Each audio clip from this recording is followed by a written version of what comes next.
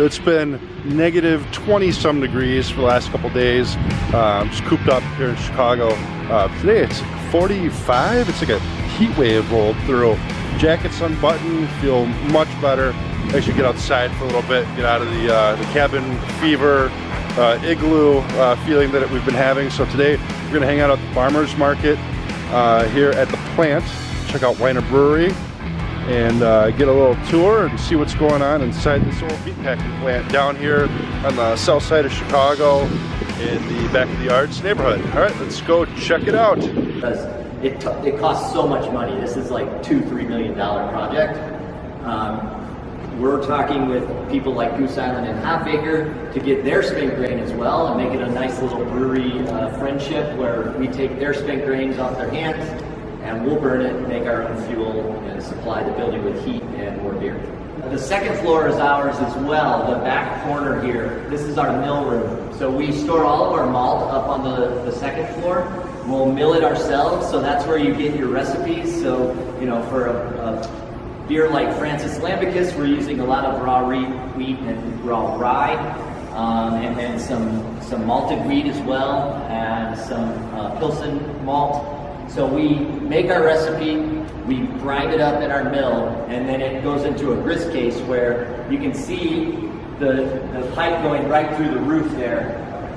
We just open up the slide gate and that malt comes down and it mixes with hot water, and then that's how we start our mashing process. We'll let it rest for 30 minutes and then we'll send it into the fermenter here, and we can walk this way.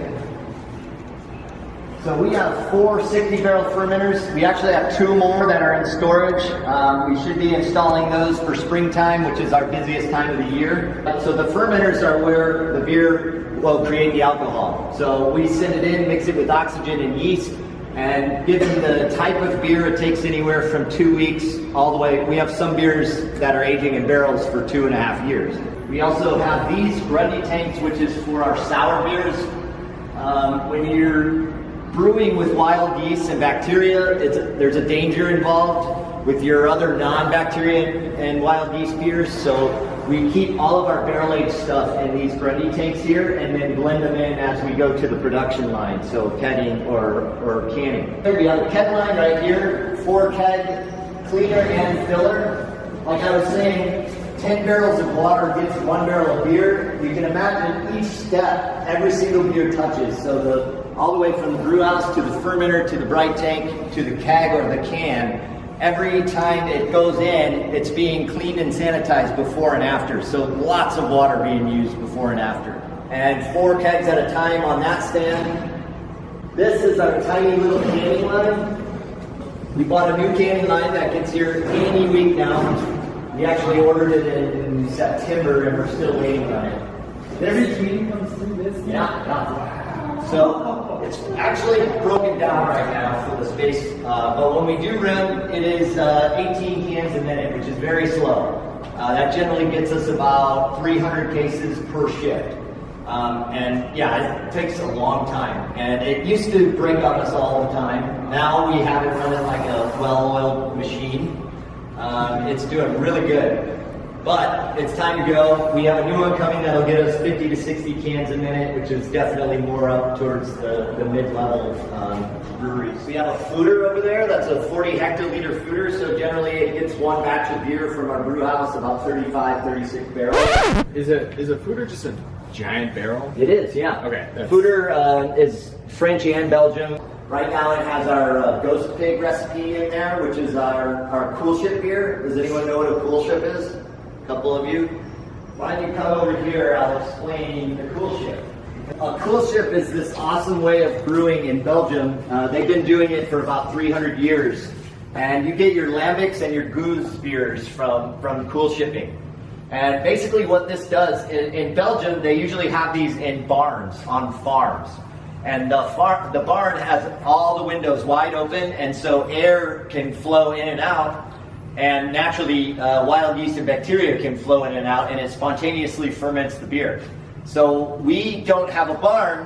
What we did was made an HVAC or ductwork out to our farm with a fan on it. And when we're sending hot wort into here, we turn the fan on, and overnight it'll cool down to ambient temp, and as it does, all of that bacteria and yeast outside will ferment the beer. And then we made a roof out of our barrel staves, which is super important. So those spores in the barrel staves hold all of the bacteria and yeast that was in our previous beers that we broke down. All they do is smell sugar, and they drop, let gravity do the work and drop in and ferment the beer. So this process generally takes about 8 to 10 hours depending on how cold the weather is. That's another thing, you cannot brew these beers in the summer or the winter. So if you think about it, summertime it's too hot, there's too much bacteria outside. Wintertime, nothing's alive. So you have this 2-week period of 50-degree weather that you want to brew these on in fall and spring. So generally we're brewing about 6 batches in 6 days when the weather is right, usually in late October and then early April.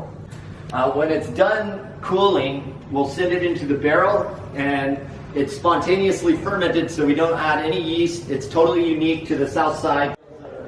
Going down as every brewery wants to now. And I actually was in California. Now gone through the brewery tour, and now we're going into the tap room.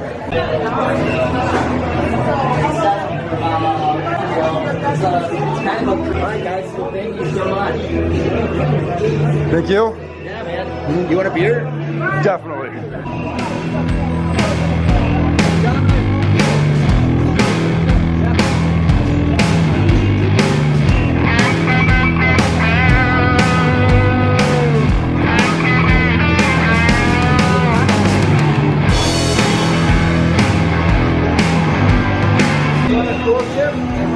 We'll go Hell Kitty Kitty. Hell Kitty Kitty. Whiner Beer.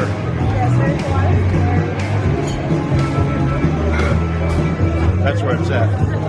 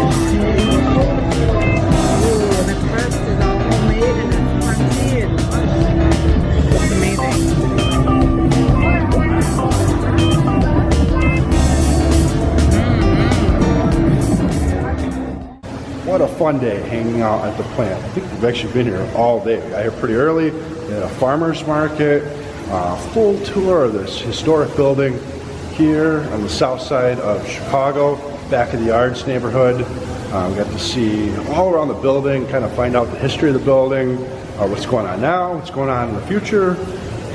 Even got a tour of the Whiner brewery, which is so cool. I got some great food, saw some great people. I always love coming down here. I hope you had a good time too. Until next time, let's go for a skate.